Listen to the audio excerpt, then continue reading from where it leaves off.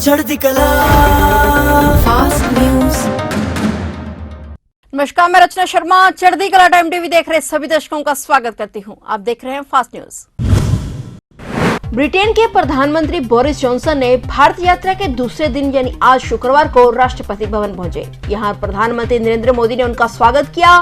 Boris Johnson को यहां guard of honour से भी नवाजा गया। इस दौरान बोरिस ने कहा कि उन्होंने इस तरह का भव्य व परंपरागत स्वागत कभी नहीं देखा। इस दौरान उन्होंने अन्य मंत्रियों व अधिकारियों से भी मुलाकात की। राष्ट्रपति भवन में पीएम मोदी व केंद्रीय कैबिनेट से मुलाकात के बाद British PM Boris Johnson Rajghat के लिए रवाना हुए और यहां उन्होंने राष्ट्रपिता महात्मा गांधी की समाधि पर श्रद्धांजलि अर्पित की। बोरिस जॉनसन आज पीएम मोदी के साथ बैठक भी करेंगे। दोनों नेताओं के बीच यूक्रेन संकट समेत कई मुद्दों पर चर्चा हो सकती है। प्रधानमंत्री नरेंद्र मोदी के रविवार को होने वाले जम्मू कश्मीर के दौरे से पहले आतंकी और सुरक्षा बलों के बीच कई मोर्चों पर मुठभेड़ की खबरें सामने आ रही हैं। जम्मू के चड्डा कैंप के पास शुक्रवार सुबह आतंकियों ने घात लगाकर केंद्रीय औद्योगिक सुरक्षा बल की बस पर हमला कर दिया। इस हमले में सीआईएसएफ के एक एएसआई शहीद हो गए और 2 अन्य जवान घायल हो गए। आतंकियों की ओर से यह हमला उस समय किया गया जब सीआईएसएफ के जवान सुबह की शिफ्ट के लिए जा रहे थे। बस में 15 जवान सवार थे। एक अधिकारी के अनुसार जम्मू के चड्डा कैंप के पास सुबह करीब 4:25 पर सीआईएसएफ के 15 जवानों की सुबह की शिफ्ट के लिए ड्यूटी पर ले जा रहे बस पर आतंकियों ने हमला किया है। सीआईएसएफ ने भी जवाबी कार्रवाई की जिसमें आतंकियों को भागने पर मजबूर होना पड़ा। दूसरी ओर जम्मू के सुजमा इलाके में भी सुरक्षा बलों और आतंकियों के बीच मुठभेड़ जारी है। जम्मू पुलिस के एडीजीपी ने बताया कि आतंकवादियों के छिपे होने की सूचना मिलने के बाद इलाके की घेराबंदी की गई थी। वहीं बारामूला में भी गुरुवार से आतंकियों के साथ मुठभेड़ जारी है। इनमें अभी तक 5 आतंकी मारे जा चुके हैं। मालदीव में पिछले कई महीनों से जारी इंडिया आउट कैंपेन के बीच वहां के राष्ट्रपति इब्राहिम मोहम्मद सोलिह ने ऐसे प्रदर्शनी को राष्ट्रीय सुरक्षा का हवाला देते हुए एक आदेश जारी कर प्रतिबंधित कर दिया है। कई नारों से विभिन्न देशों के खिलाफ नफरत को उकसाने वाले अभियान पर रोक के शीर्षक से इस विशेष आदेश को जारी किया गया है।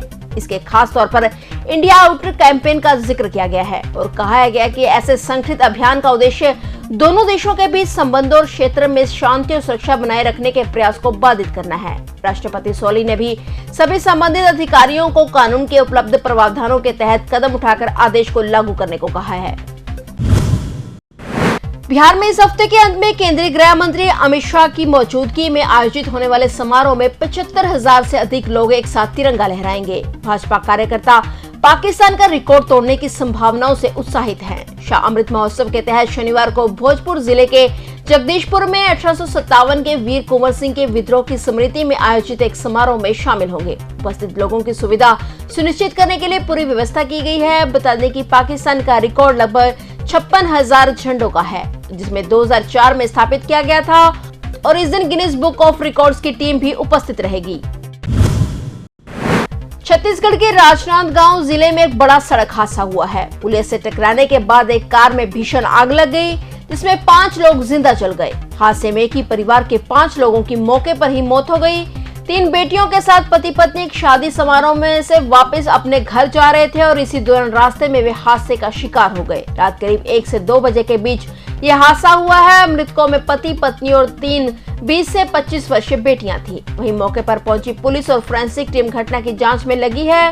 शवों को पंचनामे के बाद पोस्टमार्टम के लिए भिजवाया गया है। छत्तीसगढ़ के मुख्यमंत्री भूपेश बघेल ने भी राजनांदगांव के सिंगापुर के पास दुर्घटना के कारण 5 लोगों की मौत पर शोक जताया है। उन्होंने खेरागढ़ के कोचर परिवार के प्रति संवेदना व्यक्त की है।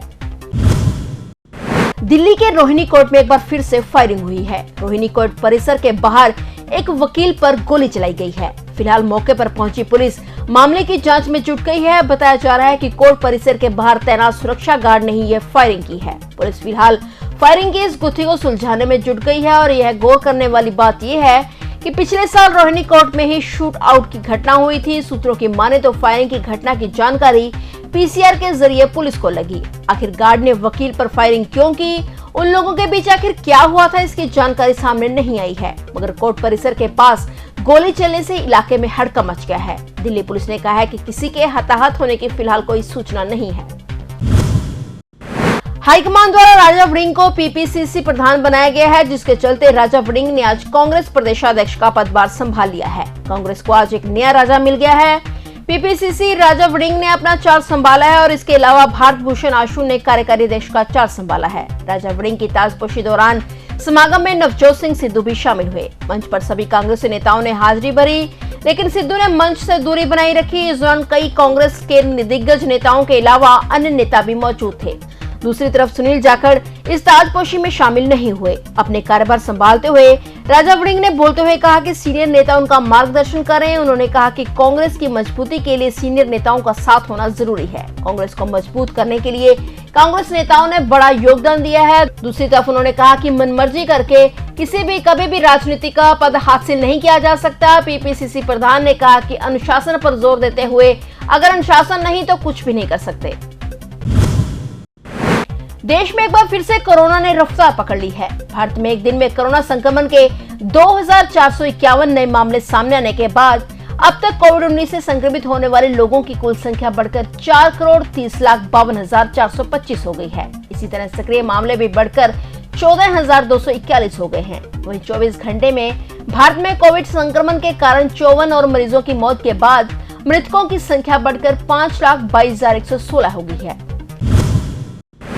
कोरोना महामारी के बढ़ते मामलों के बीच 5 से 12 वर्ष के बच्चों को वैक्सीन की सुरक्षा प्रदान करने के लिए drug controller general of India की एक्सपर्ट कमेटी ने कोर्बेवैक्स वैक्सीन को मंजूरी दे दी है। एक्सपर्ट कमेटी के पैनल ने आज बच्चों के इस आयु वर्ग के डेटा और टीके के उपयोग पर चर्चा की। सब्जेक्ट एक्सपर्ट कमेटी की इन सिफारिशों को अब drug controller general of India को भेज दिया गया है। केंद्रीय स्वास्थ्य मंत्रालय द्वारा अंतिम मंजूरी देने से पहले अब DCGI की अनुमति का इंतजार है। फिलहाल कोरोना वायरस से बचाव के लिए कोर्बेवैक्स वैक्सीन 12 से 14 वर्ष की आयु वाले बच्चों को लगाई जा रही है। फिलहाल फास्ट न्यूज में इतना ही और नए समाचारों के साथ फिर से हाजिर होंगे। तब तक के लिए देखते रहिए चढ़ती कला टाइम टीवी और मुझे दीजिए इजाजत। धन्यवाद। चढ़ती कला